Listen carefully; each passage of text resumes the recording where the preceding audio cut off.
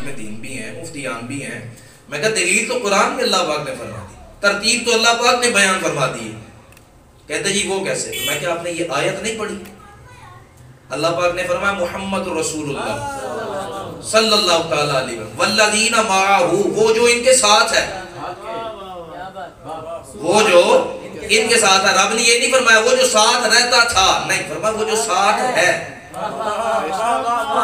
وہ جو ساتھ ہے. حضرت ابو بکر صدیق رضی اللہ عنہ اشداء علی الکفار، وہ کافر تو ایک طرف رہے جس کی وجہ سے کافر ہوتے ہیں وہ بھی ڈر جاتا ہے. حضور نے فرمایا جس گلی سے میرا عمر گزرے شیطان نہیں گزرتا، وہ ڈر کے بارے سارا دن نہیں گزرتا. پھر اس کے بعد رحماء بینہم، وہ جو مومنوں پر بڑا رحیم و شفیق ہے. میں کہتا تعداد دیکھو، میں کہتا تعداد دیکھو اور سلسلہ کار دیکھو. رب کریم نے خود ترتیب بیان کر دی. فرمایا پہلا نمبر کس کا ہے؟ والذین معہ، وہ جو ساتھ ہے. نام آتے ہی ابو بکر و عمر کا لب پر کیوں بگڑتا ہے؟ وہ پہلو میں سلائے ہوئے.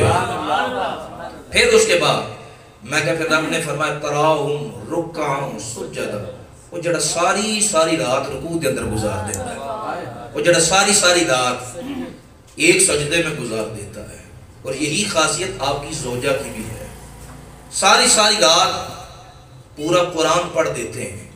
ماں باپ نے اتنا قرآن پڑھا، اتنا قرآن پڑھا، اتنا قرآن ماں باپ نے پڑھا کہ اولاد میں اس کا رنگ یہ آیا کہ دھڑ جدا تھا، سر جدا تھا، پھر بھی سر پر قرآن پر نیزے پر وہ قرآن پڑھ رہا تھا. ماں باپ اگر قرآن پڑھیں تو اولاد ضرور قرآن پڑھتی ہے. پھر وہ اثر بڑی دور تک جاتا ہے، وہ مارک بڑی دور تک جاتا ہے. حضور غوث اعظم رضی اللہ تعالیٰ کی مبارک ذات کو آپ دیکھیں، تقریباً 23 یا 24 سلسلوں کے بعد حضور علیہ السلام کی بارگاہ میں ان کا سلسلہ پہنچتا ہے. تو میں کہ اگر ماں باپ اتنا قرآن پڑھیں تو میں کہ 24ویں نسل میں بھی جا کر اس کا رنگ یہ ہوتا ہے کہ پوری رات میں بابا ایک قرآن پڑھ دیتا ہے. پوری رات میں غوث اعظم رضی اللہ عنہ روز ایک قرآن پڑھتے تھے.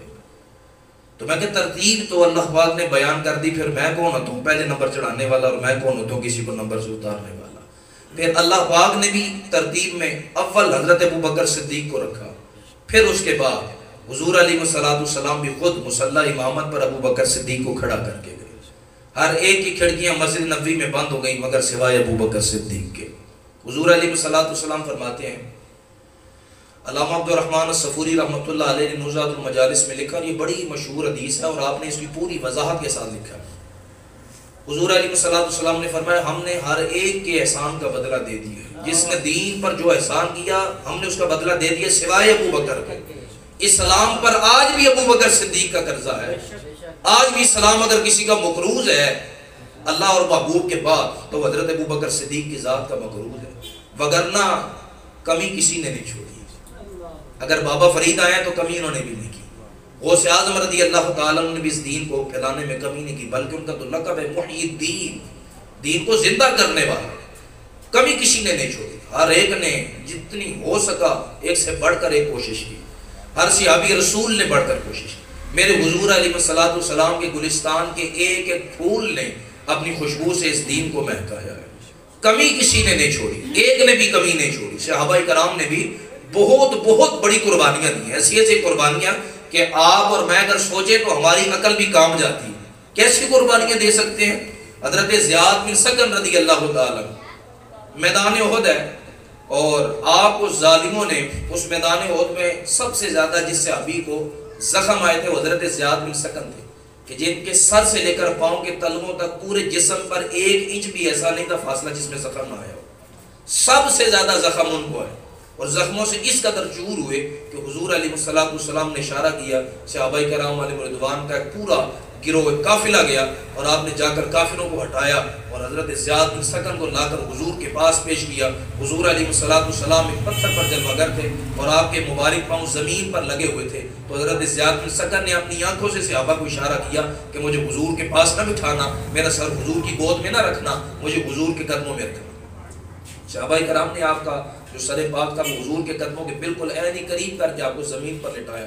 تو صحابی کہتے ہیں کہ حضرت زیاد بن سقم نے اپنے چور جو جسم سے اپنے پورے جسم میں جو قوت تھی نا اس کو ملا کر اپنا سر اٹھا کر حضور کے قدموں پر لبوں پر رکھ دیا. تو حضور علیہ السلام کی چشمان کرم سے مبارک آنسو جاری تھے. تو حضور علیہ السلام نے اپنے ہاتھوں سے حضرت زیاد بن سقم کا چہرہ اپنے ہاتھوں سے حضور علیہ السلام نے ان کا چہرہ جو تھا وہ حضور نے اپنے قدموں سے اٹھایا اور چہرہ اپنی طرف کیا اور حضور نے فرمایا کہ زیاد بن سقم بتا کوئی تیری خواہش باقی ہے؟ تو حضرت زیاد بن سقم نے حضور کو دیکھا تو صحابی کہتے ہیں کہ ہم سارے حیران رہ گئے کہ اتنے زخم تھے باوجود اس کے زیاد بن سقم مسکرا دیے. حضور نے فرمایا تو خواہش کہا اتنے زخم تھے پھر بھی مسکرائے. حضور کو دیکھا اور بڑی مشکل سے اپنی آواز کو ہمت دے کر اکٹھا کر کے حضور کے سوال کا یہ عرض کیا آقا بس یہی تو زندگی کی خواہش تھی جب دنیا سے جاؤں آپ مجھے دیکھتے ہوں میں آپ کو دیکھتا ہوں.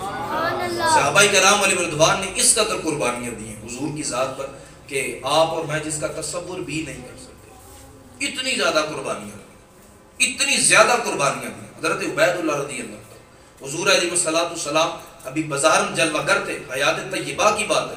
ایک ظالم نے اعلان نبوت کر دی تو حضرت عبید اللہ رضی اللہ تعالیٰ عنہ کو بلایا اور پیغام بھیجا کہا کہ ہمارا قبیلہ اسلام قبول کرنا چاہتا ہے اس میں بوڑھے بھی ہیں خواتین ہیں تو نہیں جا سکتے مدینہ پاک. تو خواہش ہے کہ سارے ایک ہی ہاتھ پر مسلمان ہو جائیں تو آپ آ کر یہ کمال اور اعزاز حاصل کریں. تو آپ نے فرمایا یہ بڑی کمال کی بات اگر مجھے یہ اعزاز ملے کہ اتنے سارے لوگ میرے ہاتھ پر حضور علیہ السلام کا دین قبول کر لیں.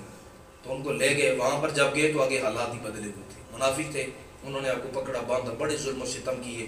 کہا چھوڑ دے رسول اللہ کو اور اس شخص کی نبوت کا تو اقرار کر لے. تو حضرت عبید اللہ رضی اللہ تعالیٰ عنہ کے ظلم و ستم سہتے رہے اور مسلسل پہ در آپ چوٹے کھا کر بھی انکار کرتے رہے. یہاں تک کہ انہوں نے آخری حل یہ نکالا کہ انہوں نے گڑھا کھودا اور اس میں آگ جلائی بہت زیادہ اور کہا کہ گھٹنوں سے اوپر تک ان کو اس آگ میں کھڑا کر دو اور آگ کو ڈال دیا گیا اور آگ کے جو مبارک گوشت تھا وہ ہڈیوں سے الگ ہونے لگا.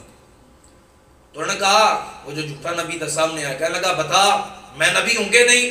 کہا تو نے تو اتنا سا جلایا ہے پاؤں سے سر تک بھی جلا دے پھر بھی میرے جسم کی کچھ بھی خاک نہ رہے میری خاک بھی باقی نہ رہے. کہا جس خاک پر مل جاؤں گا اسے بھی اٹھائے گا تو تجھے رسول اللہ کی محبت کی خوشبو آئے گی. جا تجھے نہیں مانتا. ہر ایک صحابی نے ایک سے بڑھ کر ایک قربانیاں دی. پھر ابو بکر صدیق کا تو ویسے ہی پہلا آپ نے کہیں کسی جگہ چھوڑا نہیں. حضور علیہ السلام کی ہر سنت پر عمل کیا اور حضور کو اتنا راضی کیا. حضور نے فرمایا کہ کل قیامت کے دن اللہ ہی بدلہ دے گا حضرت ابو بکر صدیق رضی اللہ تعالیٰ.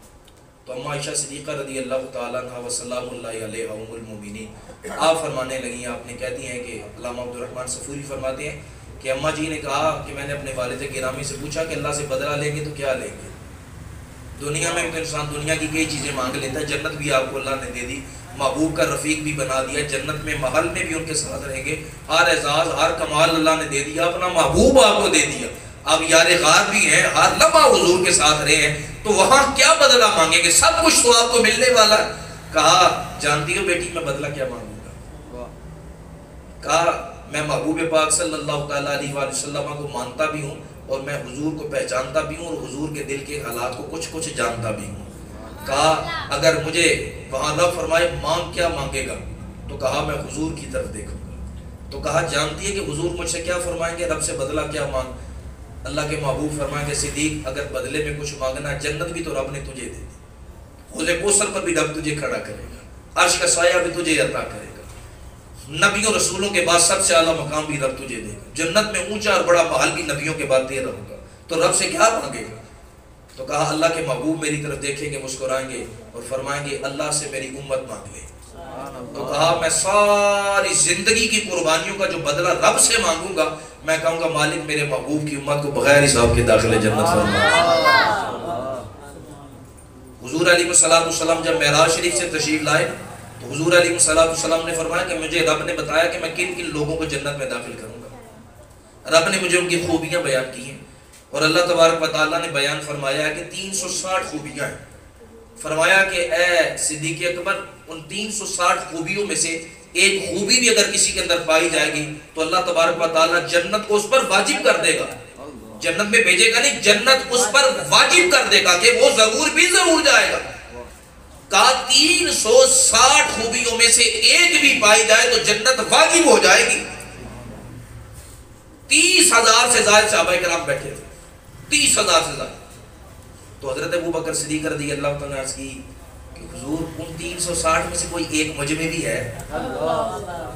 تو فرمایا جب یہ کہا فتبسم ضاحکا، حضور اتنے مسکرائے کہ حضور کے دندان کرم ظاہر ہونے لگے، حضور کے مبارک دندان سے نور نکلنے لگا. تو حضور نے فرمایا صدیق تیری تو بات نہیں ہے، اللہ نے 360 تیرے اندر ہی رکھی ہوئی ہے، کہا وہ ساری تیرے اندر. یہ حضرت ابوبکر صدیق رضی اللہ تعالیٰ کا مقام ہے. حضور نے فرمایا کہ صدیق میں وہاں گیا تو میں نے جنت کے 8 دروازے پڑھے. میں نے باب الریان بھی پڑھا، باب الجہاد بھی پڑھا، باب الصلاۃ بھی پڑھا، باب الصوم بھی پڑھا، باب الزکات بھی پڑھا، باب الصدقہ بھی پڑھا کہ صدقے والے صدقے سے جائیں گے، نماز والے نماز والے دروازے جائیں گے. اب نماز والا حج والوں کے دروازے سے نہیں جائے گا، حج والا نماز والے کے دروازے سے نہیں جا سکتا. جو عمل کرتا ہے صدقہ والا صدقے والے دروازے جائے گا، نمازی نماز والے جائے گا، سخی سخاوت والے سے جائے گا، غازی شہید اپنے دروازے سے، کوئی دوسرے نہیں، اپنے اپنے دروازے سے عالی شان قسم کے پروٹوکول کے ساتھ داخل جنت ہوں گے. تو عرض کی حضور میں کس دروازے سے جاؤں؟ حضور نے فرمایا اللہ تیرے لیے جنت کے 8 دروازے کھول دے گا، اور رب فرمائے گا صدیق تیرا جہاں سے دل کرے تو گزر سکتا. حضرت ابوبکر صدیق رضی اللہ تعالیٰ کو اللہ تبارک و تعالیٰ نے وہ مقام عطا کیا ہے، وہ مقام عطا کیا ہے کہ عام انسان تو عام انسان رہے، صحابی رسول صحابی ہو کر بھی ان کے مقام کی برابری کرنے کا نہیں سوچتے. تو آج کل لوگ کس طرح ان کو جناب ان کے بارے میں لوگ بغض رکھتے ہیں اپنے سینے میں. اچھا مولا کائنات علی المرتضیٰ شیر خدا کرم اللہ تعالیٰ وجہ کریم کا بھی یہ ماہ مقدس ماشاءاللہ. ہم تو الحمدللہ صدیقی بھی ہیں، فاروقی بھی ہیں، عثمانی بھی ہیں، اور ہم حیدری بھی ہیں. ہم ہر صحابی کو مانتے ہیں، حضور کی ہر اولاد کو مانتے ہیں، ہم ہر ولی کو مانتے ہیں، کیونکہ ہمارے پاس پیمانہ ایک ہی ہے. پوری کائنات کے اندر اگر ہم کسی کو کسی چیز سے ماپتے ہیں یعنی کہ مانتے ہیں تو ہمارے پاس ایک پیمانہ ہے، اور وہ پیمانہ حضور کی ذات ہے. آپ کو پتہ ہے صحابہ کرام کو ہم کیوں مانتے ہیں اور حضور کی آل کو کیوں مانتے ہیں؟ کائنات میں اور بھی تو لوگوں کے گھرانے ہیں، اربوں خربوں گھرانے ہیں، مگر گھرانہ سب سے اونچا میرے رسول کا ہے. لاکھوں کروڑوں لوگوں کی یاریاں ہیں، بڑے بڑے قصے ہیں، مگر سب سے افضل میرے نبی کے دوست ہیں. ہم صحابہ کو صرف اس لیے مانتے ہیں کہ وہ میرے نبی کے در والے ہیں، اور آل نبی کو اس لیے مانتے ہیں کہ وہ میرے رسول کے گھر والے ہیں. ہم نے جس کو بھی مانا وہ حضور کی ذات سے مانا. تو مولا کائنات علی المرتضیٰ شیر خدا کرم اللہ تعالی وجہ الکریم، حضور علیہ السلام بیٹھے تھے، پہلے کے نبیوں کی باتیں ہو رہی تھی، ذکر چھڑا تھا باقی نبیوں کا. تو حضرت عبیدہ بن جراح رضی اللہ تعالیٰ حضور کے صحابہ میں سب سے دراز قد صحابی، سب سے دراز قد صحابی، اور عشرہ مبشرہ میں خوش نصیبوں میں بھی. تو حضرت عبیدہ بن جراح رضی اللہ تعالیٰ کا ماشاءاللہ اتنا بڑا قد تھا، یہاں بڑے بڑے صاحب علم بھی بیٹھے ہیں وہ جانتے ہیں. حضرت عبیدہ بن جراح رضی اللہ تعالیٰ کا قد مبارک اتنا بڑا تھا کہ عربی النسل اونچا گھوڑا ہوتا تو وہ بھی آپ کھڑے ہوتے تو ٹانگوں سے گزر جاتا. حضرت عبیدہ بن جراح رضی اللہ تعالیٰ کو حضور نے ایک جگہ جہاد پر بھیجا تو کئی کافروں کے ہارٹ فیل ہو گئے کہ ہم ان کے ساتھ جہاد کریں گے. میرے نبی کے تو ایسے ایسے صحابی بھی ہیں، میرے نبی کے ایسے ایسے صحابی بھی ہیں، اور میرے نبی کی خالی ایسے ایسے صحابی نہیں، میرے ہر نبی کا ہر صحابی اللہ ہے، میرے نبی کا ہر صحابی اللہ ہے. حضور فرماتے ہیں کہ ازل میں اللہ نے دیکھا، ازل میں اللہ پاک نے جب انسانوں کو پیدا کرنا چاہا اور دل بنایا، اور دل جب لوگوں کے سینوں میں رکھنا چاہا تو اللہ نے میرا دل ساری انسانیت میں افضل پایا. پھر میرے بعد میرے فرماتے رسولوں کا نبیوں کا، اور فرمایا جب باری میرے اہل بیت اور میرے صحابہ کی ہے تو پوری کائنات میں سے جو سب سے اعلیٰ اور افضل اللہ کو دل لگے وہ اللہ نے میرے صحابہ اور میری اہل بیت کے سینوں میں رکھا. آج لوگ کون ہوتے ہیں اہل بیت پر اور صحابہ کرام پر بات کر رہے ہیں؟ آج لوگ کون ہوتے ہیں؟ حضرت مولا کائنات علی المرتضیٰ شیر خدا اسد اللہ و اسد الرسول زوج بطول داماد رسول، حضرت مولا کائنات علی المرتضیٰ شیر خدا کرم اللہ تعالی وجہ الکریم. امام جلال الدین سیوطی رحمۃ اللہ علیہ فرماتے ہیں کہ خالصتاً مولا علی تنہا شان کے اندر جو زوجہ کے ساتھ شان میں آیت نازل ہوئی الگ ہے، جو اولاد کی وجہ سے وہ الگ ہے. کہا جو حضور کی نسبت کے ساتھ رکھ کر جوڑ کر اللہ نے آیتیں بیان کی، یہ ساری مولا کائنات کی جو شان میں ہے یہ ساری آیتیں الگ، جو خالصتاً اکیلے علی کے نام یعنی کہ ان کی شان سے جو آیتیں ظاہر ہوئی وہ 365 آیتیں قرآن میں. حضرت امام جلال الدین سیوطی رحمۃ اللہ علیہ فرماتے ہیں 365 آیتیں ایسی ہیں جو خالصتاً مولا علی کی شان کے اندر. فضیلت ہونا اور چیز ہے، افضلیت ہونا اور چیز ہے. فضیلت تو اس گلی کی بھی ہے جس گلی سے میرے رسول پوری زندگی میں ایک بار گزرے ہیں. جہاں جلوہ گر ہے میں اس کی بات نہیں کرتا. جس جگہ سے میرے رسول کی سواری صرف ایک مرتبہ گزری اور جس خاک پر قدم رکھا وہ خاک بھی ساری کائنات سے آل آیا. حضور کی ذات تو بڑی بابرکت ذات ہے. لوگوں کو کیا پتا ہے؟ اعلیٰ حضرت اس لیے نہیں فرماتے آج لے ان کی پناہ, آج مدد مانگ ان سے, پھر نہ مانیں گے قیامت میں اگر مان گیا. وہاں تو پھر سارے کہیں گے آقا جی میں بھی اسی گھر میں رہتا تھا نا جس گھر میں رہتا تھا, ساتھ والے گھر میں آپ کا میلاد ہوتا تھا. تو حضور فرماتے تھے میلاد ہونے والے گھر کے ساتھ تو رہتا تھا پر میلاد میں نہیں رہتا تھا. تو بہرحال بڑی طویل باتیں. مولا کائنات علی المرتضیٰ حضرت عبیدہ بن جراح رضی اللہ تعالیٰ عنہ نے آگے بڑھ کر عرض کی حضور ہر نبی کی امت میں ایک ہادی ہوگا کہ جس کو نبی اجازت دے گا اور نبی اس کو بتائے گا کہ کس کو جنت میں داخل ہونے دینا کس کو نہیں ہونے دینا. آقا جی ہر امت کا ایک ہادی ہے, آپ کی امت کا بھی کوئی ہادی ہوگا؟ تو حضور نے فرمایا نعم. حضور نے فرمایا ہاں میری امت کو جو ہادی ہے اس کا نام علی ہے. تو حضور علیہ السلام نے یہ فرمایا تو حضور نے بھی مزید کلام کرنا تھا, کچھ کام کا ارادہ فرمایا, حضور تشریف لے گئے. صحابہ کرام کو اجازت دی بیٹھنے کی اور حضور تشریف لے گئے. تو حضرت ابو بکر صدیق بڑھ کے آئے, حضرت عمر فاروق اعظم بڑھ کے آئے اور آ کر کہا واہ علی آپ کی شان کے صدقے اللہ نے اتنا بڑا مقام دیا, اللہ نے اتنا کمال اور اتنا اعزاز آپ کو عطا کیا, واہ واہ. پہلے بھی کمال تھا آج تو اور کمال مل گیا. دیکھیں پیار سے صحابہ کرام کا حضرت مولا کائنات علی المرتضیٰ کے ساتھ. تو کہا اتنا بڑا اعزاز مل گیا.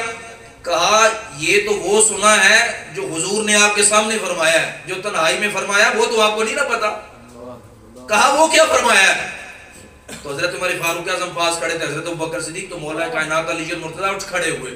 ایک بازو حضرت ابوبکر صدیق کے کندھے پر رکھا, ایک حضرت عمر فاروق اعظم کے کندھے پر رکھ کر فرمایا صحابہ نبی نے مجھے بتایا ہے کہ جنت کی ٹکٹ صرف اس کو دوں گا کہ جس کے دل میں میرے ساتھ ساتھ ابو بکر اور عمر کا پیار بھی ہوگا. کہ جنت کی ٹکٹ صرف اس کو ملے گی. حضرت علامہ ابن سیرین رحمت اللہ علیہ فرماتے ہیں امام شافعی رحمت اللہ علیہ کے دور میں ایک اللہ کے ولی تھے اور انہیں پیاس ہی نہیں تھی لگتی, وہ پانی پیتے ہی نہیں تھے.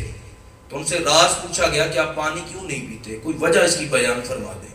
تو انہوں نے کہا کہ میں ان لوگوں میں بیٹھ گیا جا کر جو علی کے سوا کسی کو نہیں مانتے.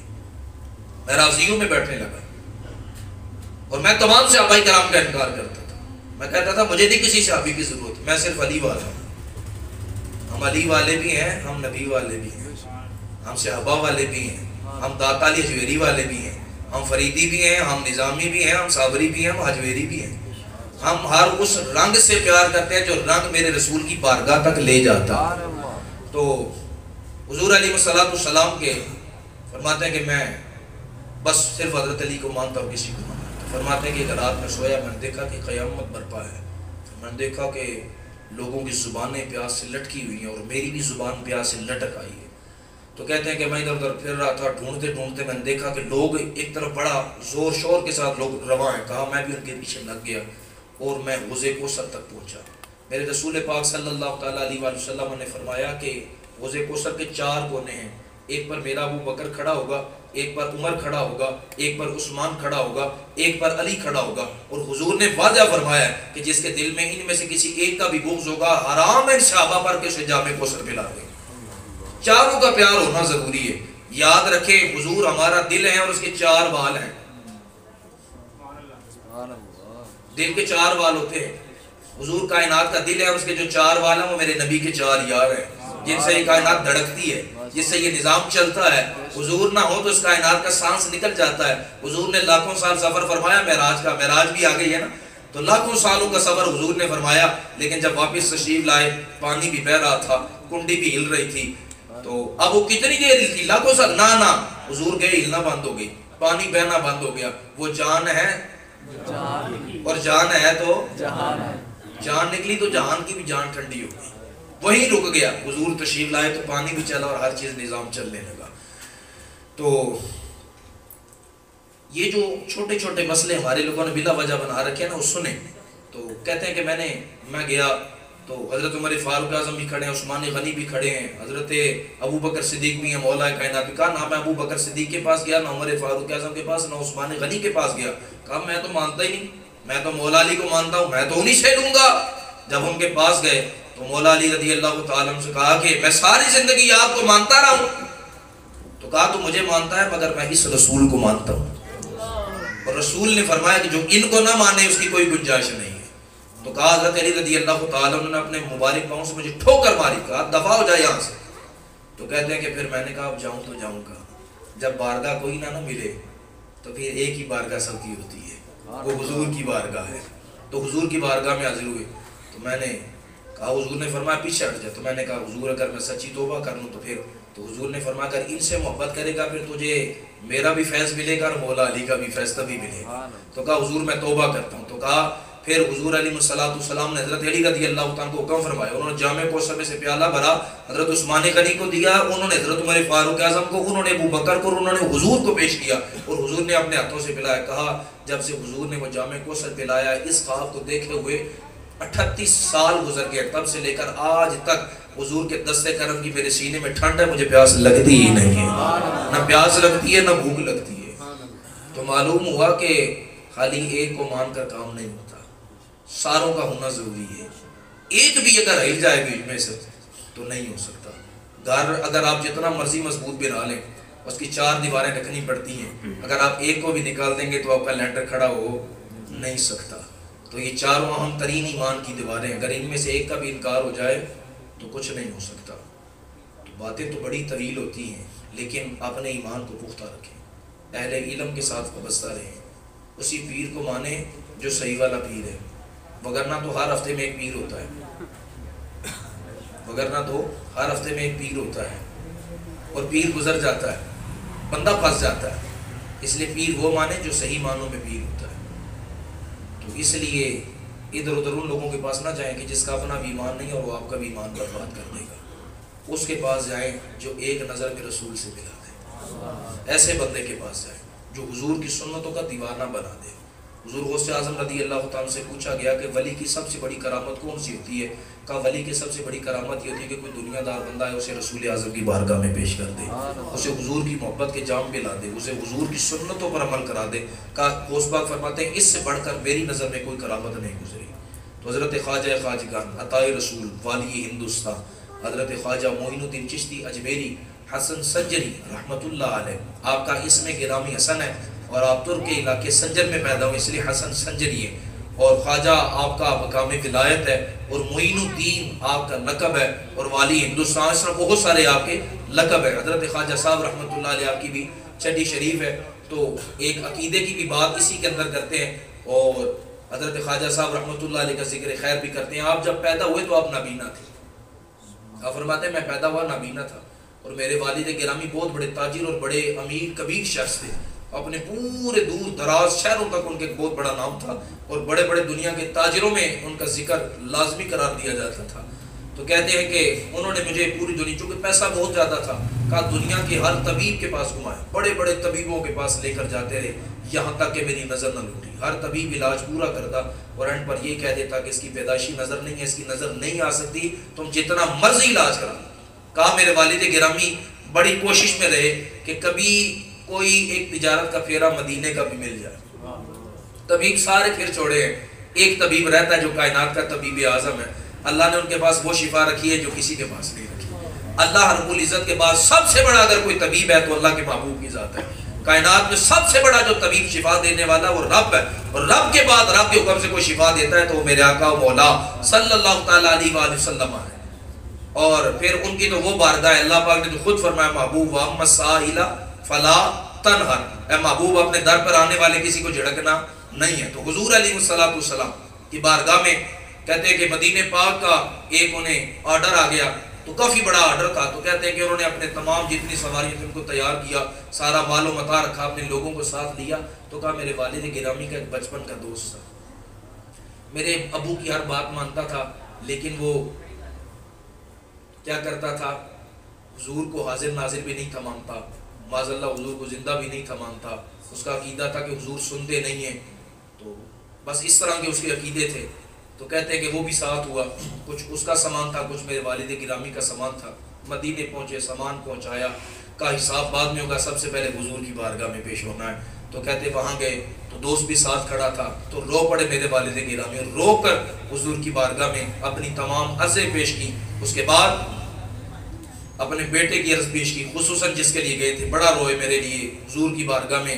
عرض گزاری کی، حاضری سے فارغ ہوئے باہر نکلے، دوست نے بازو پکڑ لیے. اس نے کہا یہ کیا کر رہے ہو تم، یہ کیا کر رہے ہو، تمہیں پتہ نہیں ہے میں وصال کی ہوئے کتنی صدیاں گزر گئی. وہ سنتے ہیں وہ نہیں سنتے، تو ایسے ہی کھڑا ہے، تو ایسے ہی یہاں پر رو رہا ہے، ایسے عرضیاں کر رہا ہے. مکے جا، تو مکے جا. اگر دل میں نہیں عشق محمد مصطفیٰ تو کلمہ پڑھانے سے کیا فائدہ، اگر نہ ہو الفت مدینہ دل میں تو مکے آنے جانے سے کیا فائدہ. تو کہتے ہیں کہ میں نے کہا میرا ایمان ہے، میں جن کی بارگاہ میں آیا ہوں وہ اللہ کے حکم سے سنتے ہیں، میں گھر سے بھی عرض کروں تو وہ سنتے ہیں.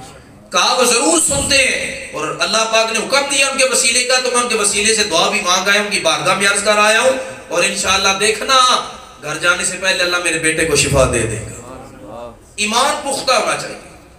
ہم مانگتے ہیں، کہتے پتہ نہیں کیوں ہمیں کیوں نہیں ملتا، ہمیں مانگنے کا سلیقہ نہیں، اور صحیح دل سے مانگتے بھی کہاں پر ہیں. وہ بابا بلے شاہ والی بات ہے نا، دل کھڑاوے کڑیاں منڈے تو سجدے کرے مسیحی، گٹے گوڑے مل مل توئے تیرے اندرے رہی پلیتی. ہمارے حالات تو ایسے ہیں. تو خواجہ معین الدین چشتی اجمیری رحمۃ اللہ علیہ کے دربار اکبر بادشاہ آیا نا، تو وہاں پر 15-20 نبینا تھے جو مانگتے تھے. تو اکبر بادشاہ نے کہا یہ مانگ رہے ہیں، ان کا ہاں مانگ رہے ہیں. کہا کب سے مانگ رہے ہیں؟ کہا یہ کئی سالوں سے مانگ رہے ہیں، نظر نہیں آتا نبینے. کہا کتنے بدبخت ہیں، خواجہ کی بارگاہ میں کھڑے ہو کے لوگوں سے مانگتے ہیں. اکبر بادشاہ نے کہا ان کو اکٹھا کرو. تو آپ نے اس کے پھر سنے تو ہیں کسے کہ وہ کتنا سخت اور بہت انتہا درجے کا پاک ان کا سب سے سخت بادشاہ گزرا. اس نے کہا کہ میں چلے اندر حاضری پیش کرن خواجہ صاحب دے تے میں جانا ہے قدم بوسی کرنی دعا منگنی تے باہر آ جانا ہے. میرے مڑن تک 2-4 منٹاں دی حاضری، یہ تہاڈی نظر نہ تہاڈی سارے نے توڑا میں لا دینیاں تھے. اب کوئی 10 سال سے مانگ رہا ہے، کوئی 12 سال سے مانگ رہا ہے، کوئی 20 سال سے مانگ رہا ہے، کوئی 30 سال سے مانگ رہا ہے لوگوں سے.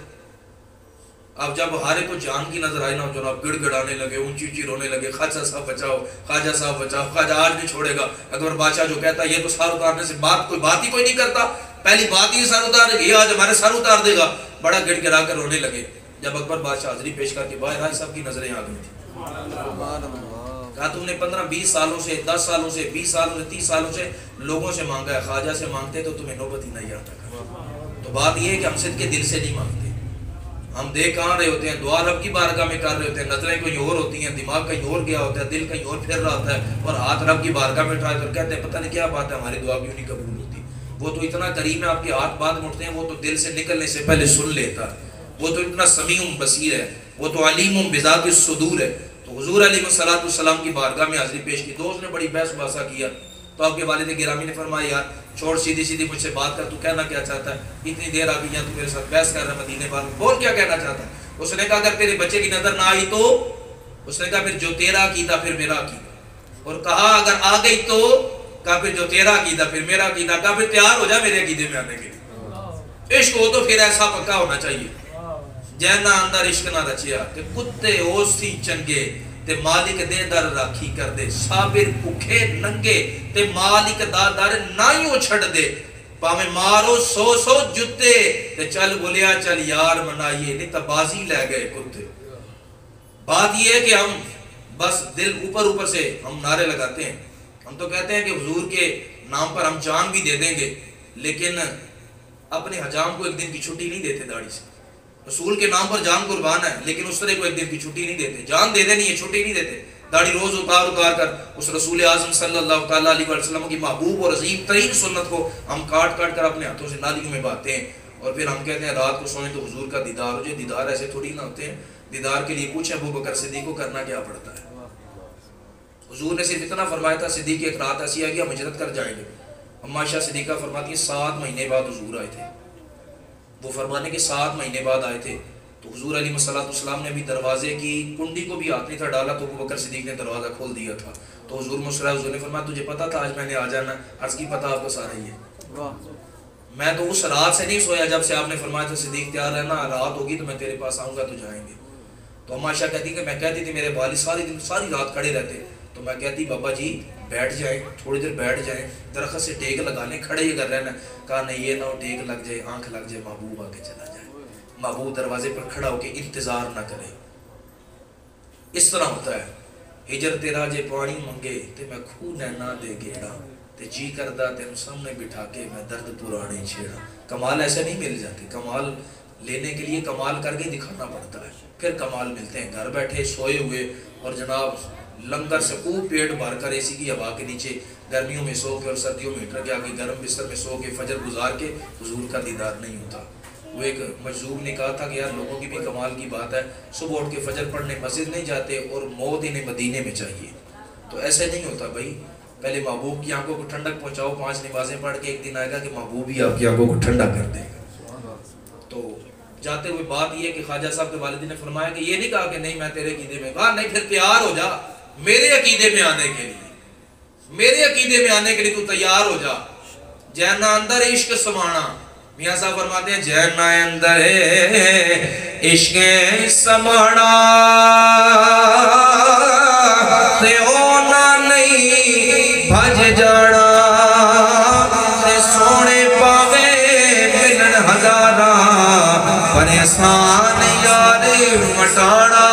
تو خواجہ صاحب رحمت اللہ علیہ آپ فرماتے ہیں کہ وہ سفر ختم ہوا، سارے صحابوں کی کتاب ہوئے، طویل سفر کے بعد میرے والد گرامی گھر آئے تو دوست اپنے گھر جانے لگا۔ والد نے کہا فیصلہ تو سن لے، پہلے دیکھ تو لے کہ کون کس کے عقیدے میں جانے والا ہے، گھر تو بعد میں چلے جانا، اتنا سفر کیا تو تھوڑی دیر اور رک جا۔ اس نے کہا ٹھیک ہے میں تو تیار ہوں۔ وہ بھی اپنی جگہ بڑا پکا تھا، آئے دروازے پر دستک دی تو وہ بچہ جس نے بچپن سے کبھی کسی کو دیکھا ہی نہیں تھا، وہ بچہ اٹھا آیا، اس نے دروازہ کھولا، اس نے نظر ڈالی، کہا کہ میں آپ کو دیکھ سکتا ہوں۔ تو والد گرامی سینے سے لگانے لگے، کہا بابا جی ٹھہر جائیں حساب تو پورا کر لیں، کہا بابا جی ٹھہر جائیں حساب تو پورا کر لیں۔ کہا بیٹا کون سا حساب کرنا ہے؟ کہا بابا تو کہتا تھا روزے رسول میں کھڑا ہو کے کہ میرا رسول آنکھ نہیں دے سکتا۔ کہا بیٹے تجھے کیسے پتا چلا؟ کہا جس رسول نے آنکھ دی ہے وہ مجھے بتا کر بھی گئے ہیں۔ کہا وہ آئے تو اسے کہہ دینا کہ تیرا تو والد یہاں آیا تھا، تیرا والد یہاں رہ کر بھی یاد کرتا تو میں مدینے سے آ کے تجھے یہ آنکھیں دے سکتا ہوں۔ تو زندہ ہے واللہ، تو زندہ ہے واللہ، میری چشم عالم سے چھپ جانے والا۔ ہماری آنکھوں میں دنیاوی غلاظتیں، لالچیں اور بد نگاہیاں اور نہ جانے کیا کو کچھ اتنے پردے لگ چکے ہیں کہ حضور سامنے کھڑے ہوتے بھی ہمیں دکھائی نہیں دیتے۔ ہماری آنکھ کا قصور ہے، میرے رسول میں کوئی کمی نہیں ہے، میرے رسول کی وہ ذات ہے جسے اللہ نے بے عیب بنایا ہے۔ تو اس لیے خدا را اپنے اعمال کو بہتر کریں، اپنے عقائد کو درست کریں، نمازوں کی پابندی کر کے اللہ کے محبوب کی آنکھوں کو ٹھنڈک پہنچا کر اپنی دنیا آخرت کو سنواریں، قرآن سے محبت کریں، اپنی دونوں جہانوں کو پر نور کریں اور حضور پر درود پڑھ کر اپنے دونوں جہان پر سکون کریں۔ اللہ تبارک و تعالیٰ ہم سب کو صحیح معنوں میں حضور علیہ السلام کی، حضور علیہ السلام کی ازواج مطہرات کی، آباء و اجداد کی، آل اولاد کی، صحابہ کرام کی اور تمام اولیاء کرام کی اللہ پاک سچی محبت نصیب فرمائے۔ اور اللہ تبارک و تعالیٰ ہمارے علماء کا سایہ، ہمارے بزرگان دین کا سایہ ہمارے سروں پر دائم فرمائے۔